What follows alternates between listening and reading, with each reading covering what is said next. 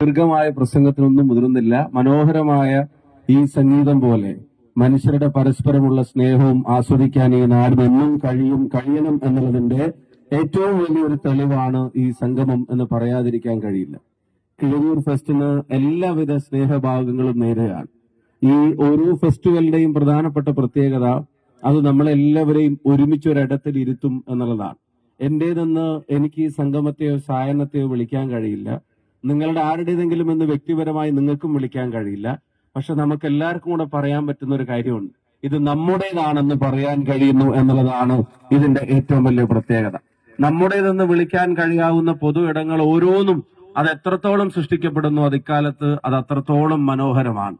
അങ്ങനെ ഒരു മനോഹരമായ ഒരു പൊതു ഇടമാണ് ഇവിടെ സൃഷ്ടിക്കപ്പെട്ടിട്ടുള്ളത്.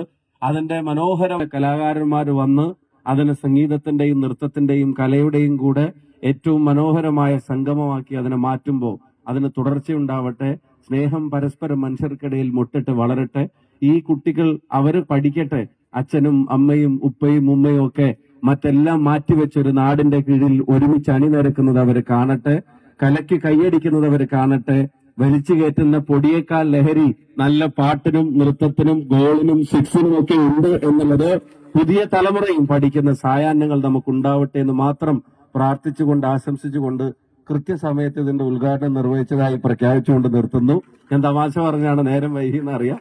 എന്നാലും എല്ലാവർക്കും സ്നേഹാശംസകൾ നേർന്നുകൊണ്ട് ഈ കലാകാരന്മാർക്കും നല്ലൊരു കയ്യടികളോടുകൂടി കീഴരിയൂരിന്റെ വടകരയുടെ ഹാർദമായ സ്വാഗതം നിങ്ങൾക്കും അഭ്യർത്ഥിക്കുന്നു. എന്റെ വാക്കുകൾ ഞാൻ ഉപസംഹരിക്കുന്നു. ടീച്ചറെ ശരി, താങ്ക് യു സോ മച്ച്. നിങ്ങൾക്ക് എല്ലാവർക്കും സ്നേഹാഭിവാദ്യങ്ങൾ.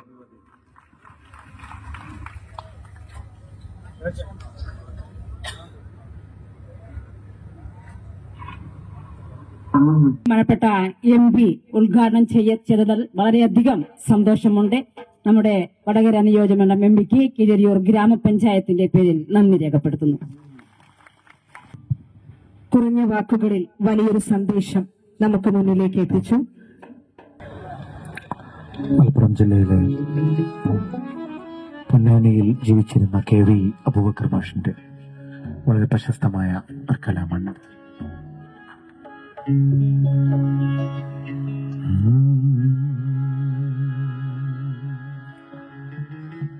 പലരും നമ്മളെ മക്കാറാക്കുന്നു,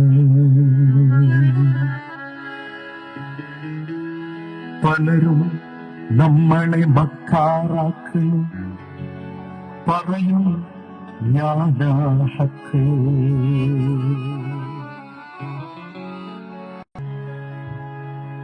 പട്ടാപ്പകൽ ചൂട്ടും മിന്നിച്ച് മനുഷ്യനെ തേടി നടന്നു, ഞാൻ മനുഷ്യനെ തേടി നടന്നു, ഈ ദുനിയാവൊക്കെ നടന്നു, പക്ഷെ മനുഷ്യനെ കണ്ടില്ല, ഞാൻ മനുഷ്യനെ കണ്ടില്ല.